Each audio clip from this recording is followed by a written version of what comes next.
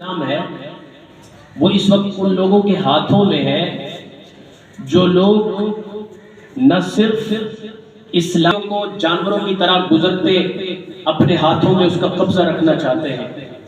پوری دنیا کا نظام ان کے ہاتھ میں ہو. جو وہ کتاب پڑھائیں وہ کتاب ان کی ہو, ان سے منظور شدہ ہو. جو نصاب دیا جائے ان سے منظور شدہ ہو, اس کی اپروول ہو, ان سے منظور شدہ ہو, تو وہ قابل عمل ہے.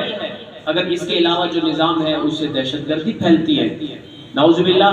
ان کے علاوہ جو نظام ہے جو ان کا اپنا بنایا ہوا ہے وہ اتھینٹک ہے, اور جو قرآن مجید 1400 سال سے مسلمان عالم اسلام امت مسلمہ جس سے رہنمائی حاصل کر رہی ہے, وہ کہتے ہیں جی آبجیکشن ہے, اس کی فلاں آیت پہ آبجیکشن ہے, اس سے دہشت گردی پھیلتی ہے, اس سے کافروں کو مارنے کا تصور پیدا ہوتا ہے, اس سے نان مسلم کا خاتمہ ذہن میں آتا ہے.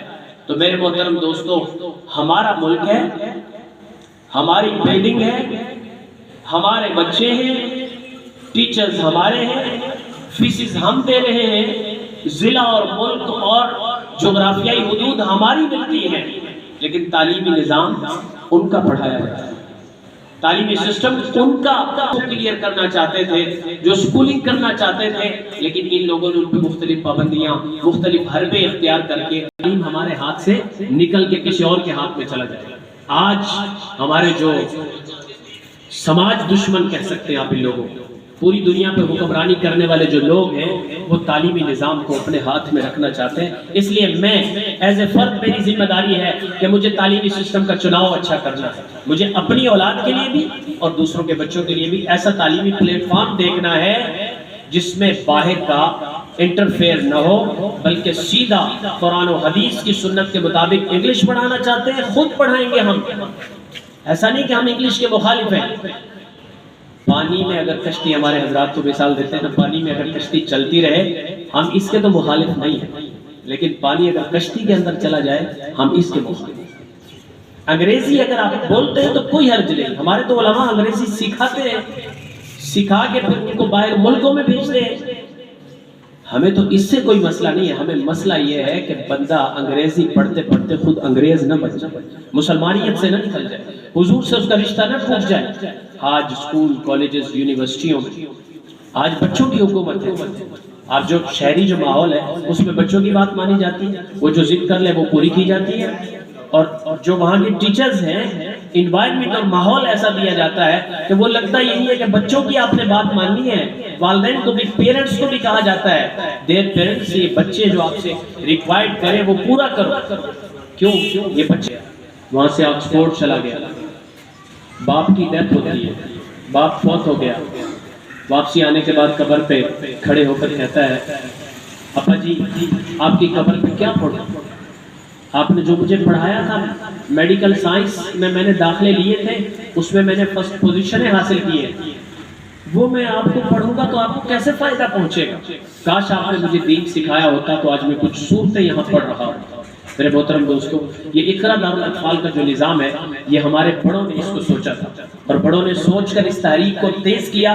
اس تحریک کی بدولت آج اسکول پروگرام میں قرآن مجید کی تعلیم دی جاتی ہے, اس کے ساتھ پردے کا ماحول, بچوں کی تربیت پہ ایسا خوبصورت فوکس کیا جاتا ہے کہ اتنی بڑی تعداد میں پاکستان میں بلکہ دنیا بھر میں شاید کوئی اور ادارہ اتنی بڑی تعداد میں اتنے بچوں کی تربیت کا ذمہ نہیں لیے ہوئے ہیں. تو آج ہمیں اقرا دارالاطفال سسٹم میں اپنے بچوں کو داخل کروانا ہے. صرف اپنے بچے کو داخل تو اس لیے کروانا ہے کہ یہ میرا بچہ ہے, اپنے مسلمان قوم کے دوسرے بچوں کو بھی داخل کروانا ہے کہ یہ میری ذمہ داری ہے کہ اس کی اخلاقی تربیت ہو جائے تو ثواب مجھے ملتا رہے گا. یہ بچہ پڑھے گا, بڑھے گا, پلے گا, لیکن اس کے اندر دینی شعور بھی ہوگی. تو اقرا دارالاطفال الحمدللہ کوٹ رادا میں اس وقت 250 کے قریب بچوں کی تعداد ہے. کورونا کی وجہ سے متاثر ہو گئے تھے, 350 تک چلی گئی تھی, اور بچیاں بہترین قرآن پڑھتی ہیں. آپ حیران ہو جائیں گے کہ اسکول کا بچہ ایسے قرآن کیسے پڑھ سکتا ہے, اور ان کو وہ دعائیں یاد ہیں. کل ایک بھائی مجھے کہہ رہے تھے کہ وہ یہ والی پڑھی ہے, کہتا ہے ہمیں مجبوراً اب دونوں میاں بیوی کو وہ ساری دعائیں یاد کر کے اس کو سنانی پڑتی ہے. بیٹا ہاں پڑھی, پڑھ کے سناؤ کیا ہے. چھوٹا سا بچہ آپ کے گھر کی تربیت کا سبب بن رہا ہے. تو اس لیے میرے محترم دوستو, یہ انشاءاللہ آج ہمارے الحمدللہ اقرادار اطفال کے پچھلے دنوں احباب آئے کروانی کہ یہ فلاں چودھری صاحب کا پلاٹ ہو، کوئی دکان، کوئی انویسٹمنٹ، کوئی آپ کی کالونی، کوئی آپ کا بڑا ہال، کبھی بھی نہیں کہے گا کہ میں فلاں کا ہوں، آپ کا تعارف نہیں کرائے گا۔ ہماری جو جائیداد ہے وہ ہماری نسل ہے، ہماری اولادیں۔ آپ اپنے بچے کو تعلیم ایسی دے جائیں، ایسا باغیچہ لگا جائیں، ایسا خوبصورت اپنے گھر میں ایک پودا لگا جائیں جو خوشبو دیتا رہے، نہ صرف اپنے گھر کو بلکہ پورے محلے کو، پورے علاقے کو، پورے نظام کو۔ ایک بھائی مجھے وہاں